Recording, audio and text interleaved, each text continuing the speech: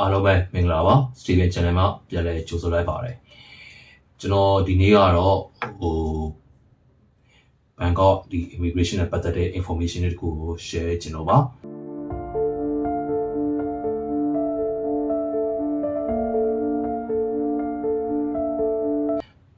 ဒါပါလဲဆိုလို့ရှိရင်ဘန်ကောက်ဒီ immigration ကပေါ့နော်အခုကျင်းလာလိုက်ပြီးမေလ1ရက်နေ့ကနေစပြီးတော့ဘန်ကောက်ကိုဘယ်နည်းနဲ့လာကျွန်တော်တို့ visit နဲ့ပဲလာတခြား visa TR visa နဲ့လာ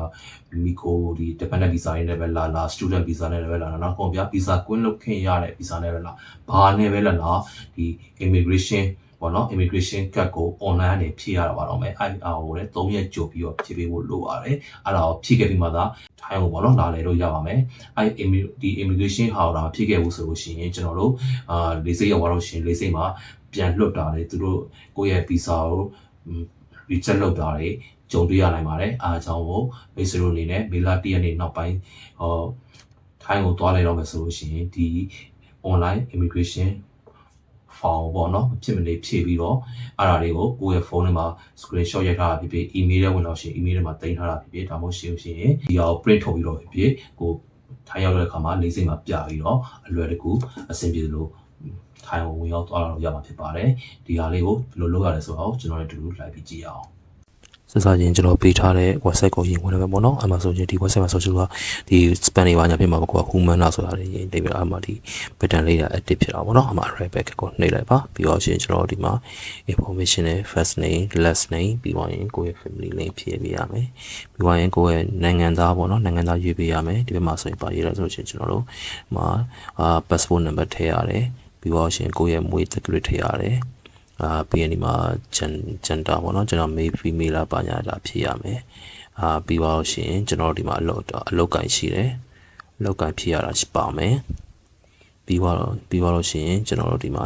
back country တဲ့ပေါ့ပဲနိုင်သွားတယ်ကိုကပဲ resident ပဲမှာတယ်ဟုတ်တယ်ကျွန်တော်ထည့်ပေးဖို့လည်းလိုတယ်မြန်မာဆိုမြန်မာပေါ့နော်ပြီးရင်ကျွန်တော်ရဲ့ဖုန်းနံပါတ်ထည့်ပေးဖို့လိုပါတယ်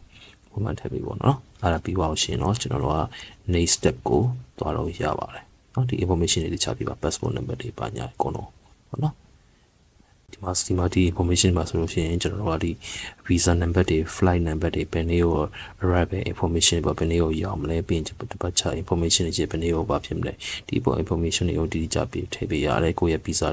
document number ပါတွေပေါ့နော်အကုန်လုံးပဲဒီမှာတိကျပေါ့ဖတ်ပြီးတော့ဒီအစင်မှာအကုန်လုံးဖြည့်ပေးရအောင်ပေါ့နော်ဒီမှာကျွန်တော်တော့မဖြည့်တော့ဘူးဖြည့်တယ်ဆိုတော့နောက်ဆင်သွားမှာပေါ့ဘလို့ဆိုကျွန်တော်လည်းသွားဖို့မရှိတော့ကျွန်တော်တို့မှာလည်း document တွေပါညာဘာမှမရှိဘူး flight number တွေပါညာဘာမှမရှိကျွန်တော်ဒီဆင်အောင်မပြပြီးတော့ဒီမှာကိုယ့်ရဲ့ information တွေဖတ်ကြည့်ပြီးတော့အကုန်လုံးဖြည့်ပါဖြည့်ပြီး next step တော့လို့ရှိရင်တော့သူက head ကျမ်းမိုင်နဲ့ဆိုင်ထောက်ထားရပေါ့နော်ကိုပေးပါညာအားရရှိခဲ့ခြင်းအား information တွေပါညာအားရဖြည့်ခိုင်းပါတယ်ကျွန်တော်ရဆိုင်နေဒီချက်တော့တာချက်လက်တွေအားလုံးပြည့်ပြီးသွားပြီဆိုလို့ရှိရင်တော့ကျွန်တော်တို့ကဒီ process ကတော့ပြီးသွားပြီပြီးတော့ခါကျွန်တော်တို့ဒီ submit လုပ်တဲ့ခါကျတော့ရှင်ကျွန်တော်တို့ email တွေကိုသူ့ရဲ့ information တွေပတ်သက်ထားတယ်ဝင်လာတယ်အဲ့ဒါကို print ထုတ်ထားဖို့လိုအပ်ပါတယ်အခုဆိုရင်ကျွန်တော်ပြပြပေးတဲ့အကြောင်းအရာကိုသဘောပေါက်နားလည်လို့ထင်ပါတယ်အဲ့တော့ဒီမိတ်ဆွေတို့မေလာတရနေ့ကစာပြီးထိုင်းကိုသွားတော့မယ်ဆိုလို့ရှိရင်မဖြစ်မနေတာလောက်ကိုလောက်ပါလူတိုင်းမှာဘာဗီဇာနဲ့ပဲလာလူတိုင်းဖြည့်ရပါမယ်ဒီပုံစံနဲ့လုပ်ပြီးမှသွားလို့ရပါမယ်အရင်တော့အားချန်ကိုရှိုးအခုဝယ်အခုသွားမယ်ဆိုတာဟိုလို့အဆင်ပြေတော့ပါဘူးအနည်းဆုံး3ရက်ကြိုပြီးတော့ဒီဟာကိုဖောင်ကိုဖြည့်ပြီးတော့ဒီဟာလေးကိုယူဆောင်သွားမှသာမိတ်ဆွေကိုထိုင်းနိုင်ငံကိုဝင်ခွင့်ပေးမှဖြစ်ပါတယ်โอเคနောက်ထပ်အကျိုးရှိတဲ့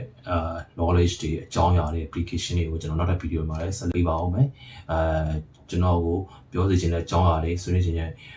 အကြောင်းအရာတွေရှိခဲ့လို့ရှိရင်ကျွန်တော်အောက်မှာ comment မှာရေးခဲ့လို့ရတယ်လို့ကျွန်တော်ရဲ့ Steven Technical Channel Steven YouTube Channel ကိုလည်း like and subscribe follow လုပ်ပေးဖို့တောင်းဆိုချင်ပါတယ်အားလုံးကိုကျေးဇူးများတင်ပါတယ်အားလုံးပဲဘေးရန်တဲ့ကင်းရှင်းပြီးကျန်းမာချမ်းသာကြပါစေ